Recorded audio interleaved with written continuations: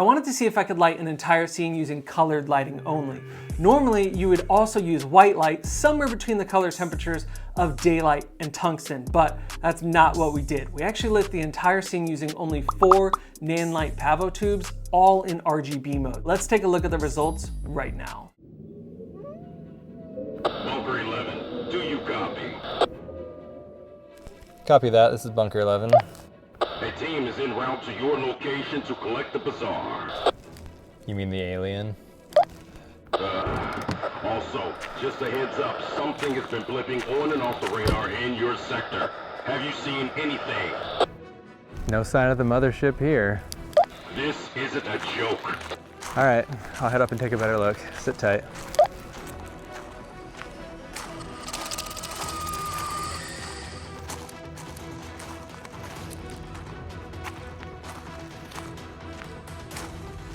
Bunker 11 to base, come in.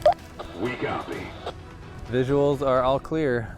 No threats in sight. Copy. Jeez, you are not gonna like what's coming next.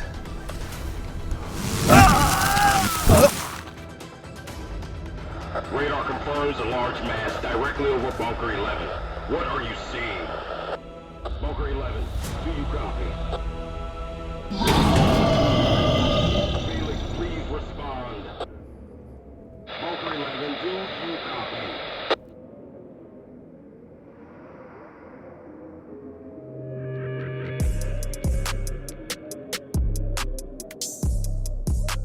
Hopefully you liked watching that as much as I enjoyed making it. I always love making sci-fi, post-apocalyptic, and little alien short films. I've actually made a whole bunch of different ones, and I'll link them up in a playlist right here if you want to see more. Now let's break down exactly how we lit and shot this scene. So the entire thing was actually shot on my Sony FX6, almost completely handheld with this exact rig build. So it's pretty simple, but it did the job so that we could run and gun really quickly and not have a ton of gear to be moving around. There were a few shots I used a tripod for, and that was only so I could easily add VFX in later on in post-production. We filmed the entire thing using only 2 lenses, and if you didn't already pick up on it, yes, it was all shot anamorphic. We actually used the new Great Joy anamorphic lenses. This is the 50mm T2.9, and it has a 1.8 times squeeze. I actually also used their brand new 35mm that hasn't come out yet, but I've been testing with it and I've been really impressed. We shot the entire thing wide open at T2.9 so we could get as much light as possible hitting this sensor because it was just so dark out there. I also used my small rig manual follow focus so I could easily pull focus and quickly set A and B hard stops when I needed to. So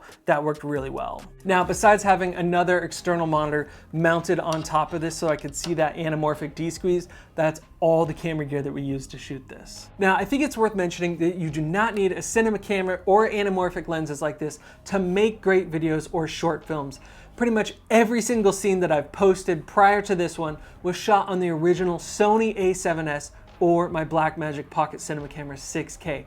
And that's it. I just wanted to throw that disclaimer out there because I know people in the comments will say, yeah, if I had a camera and lenses like that, I can make great looking videos as well, but that's just simply not true. I've been making videos like this for the past decade on much more affordable equipment and had really great results. Now that we have the camera gear out of the way, let's talk about the lighting, which is one of my favorite things to talk about. Like I mentioned earlier, the entire scene was lit using the Nanlite PavoTube II's 15X, which is their 2-foot version, and then the 30X, which is the 4-foot version I've been using to light my background here. I also have another 4-foot one here in the background lighting at my shelf in a colorful pixel mode, which is just a lot of fun. So in order for you guys and the camera to see just how rich, vibrant, and colorful these lights are, I'm actually using a little bit of filtration. So what I've done is I have an ND filter just on the very bottom of the lens so that these don't overexpose because I gotta get the exposure right on my face. So I'll show you as I lift it out,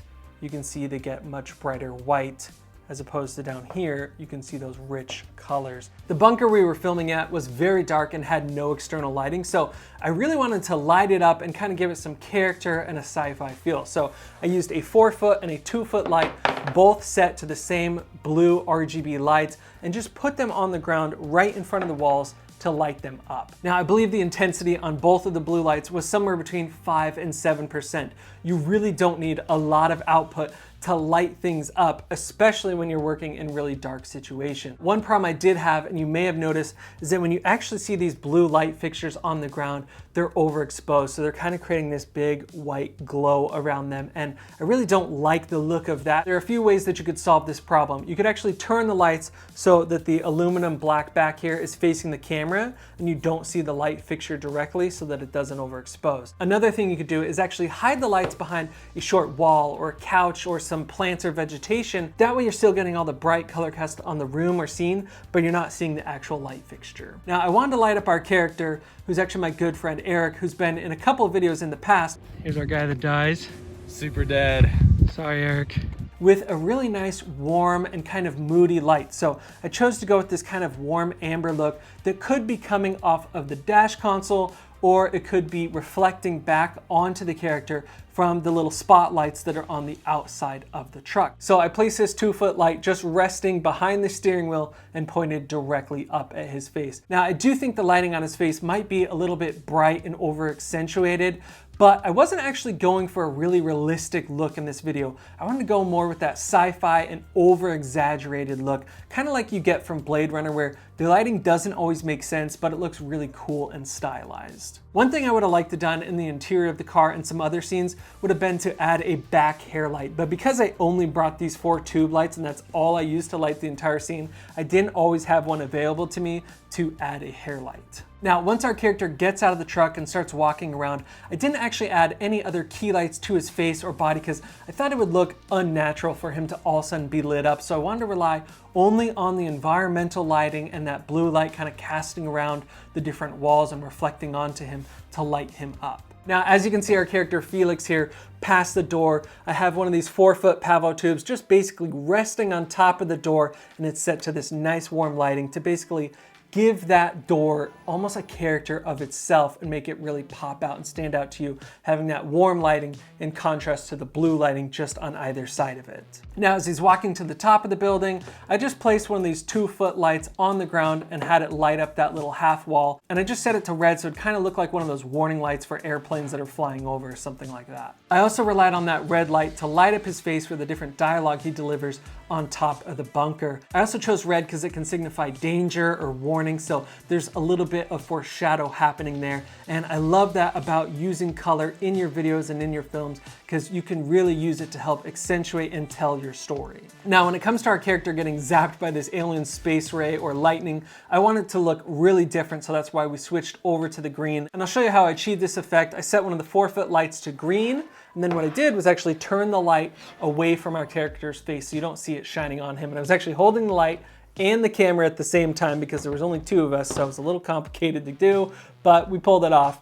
So I was filming him, and then when he gets zapped, I just rotated the light around and it shines right onto his face. So it was that simple that it's on and off. I'm not gonna go into detail in this video on how I did the VFX for this, but the short of it is I filmed one scene with the green light on him and one scene with it off, so I could quickly cut back and forth between those 2 different ones. As far as actually lighting up the scene, that's it. I just used these 4 Pavo tubes to light the entire thing. I brought a bunch of C-stands and light stands, and I didn't actually end up using any of them. It was easy enough to just place them on the ground or the wall or hold them, whatever it is. That's what is so nice about them, is it's just really convenient and easy to move around. Now I want to go into a little review on these lights, but I'm not going to go into extreme detail because there's already a lot of great videos out there breaking them down. I really wanted to show you the results that you can get with them, but I do want to show you some of the features. So as you've already seen, these are of course RGB lights, and you can scroll through all different colors in the HSI mode. And right now I have this set down to only 1%.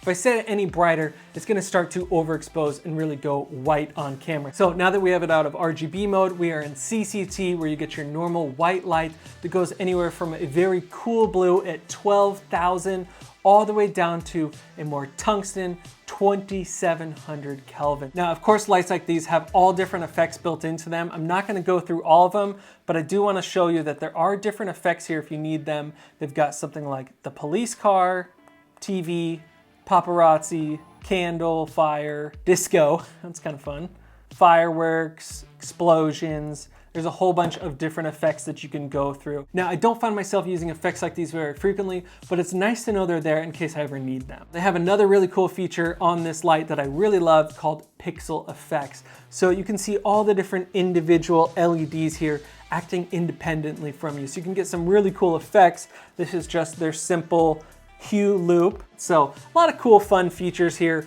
you may find some useful effects for. I could definitely see something like this being used inside of a music video. The lights are all DMX capable, so if you want to string a bunch of them together and be able to control them remotely from a lighting board, you can do that. The display is really easy to see and simple to use for changing your settings. I like all the buttons. They have a really nice click to them.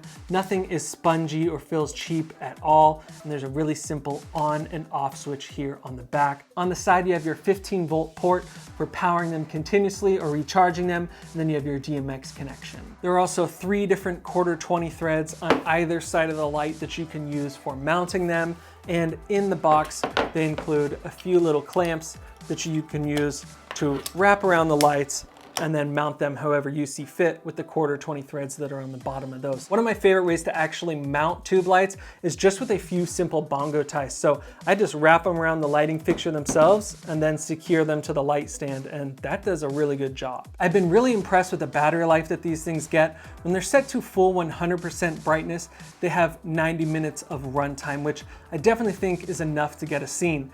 But I find that 100% brightness is extremely bright and really not necessary. So I've actually been running them at 1 to 5% brightness for pretty much everything that I've shot and used them for. It's really cool because it actually estimates the runtime next to the battery indicator of how many hours you're gonna get. So when I have this down at 1%, it says that it can stay at this for 14 hours, which is amazing. So even when I set this up to 5%, which is pretty much all that I needed as far as output, it has 12.8 hours of output. The actual build quality and construction of these lights is really solid. So it has aluminum pieces on either end, and then the backing is also this nice aluminum plate. So they feel really strong and sturdy. I'm not worried about them breaking at all. And I've already put them through a good beating, putting them on the dirt and ground and moving them around really quickly, and they've held up really nicely. One other feature that I think is really smart and well thought out is actually these end pieces. So they're not round, they're all tapered. And this was a really smart design by Nanlite because it means that when you put the light down, you can angle it at whatever position you want, and it'll stay there because it has a flat surface on those edges to rest on. And this is perfect because a lot of times when I'm using tube lights, they're completely round the whole way through. So wherever you put them down, they just kind of roll around and they don't stay pointing the direction that you want. And that can be really annoying and frustrating. They'll just end up pointing straight up at the ceiling where you don't want them to. You want them to maybe point at the wall or whatever it is. And so this is perfect that I can just basically put it wherever I want and it stays there. I know it seems like a small thing, but honestly, to me, it's a really big thing because it made positioning these lights where I want them so much easier. If you are interested in picking up some of these Nanlite PavoTubes, definitely check out the link in the description below. Nanlite did not pay me to say any of this or see this video before posting, but they did send out the lights for review. All right, guys, if you want to see more videos like this, hit subscribe right now and I'll see you in the next video.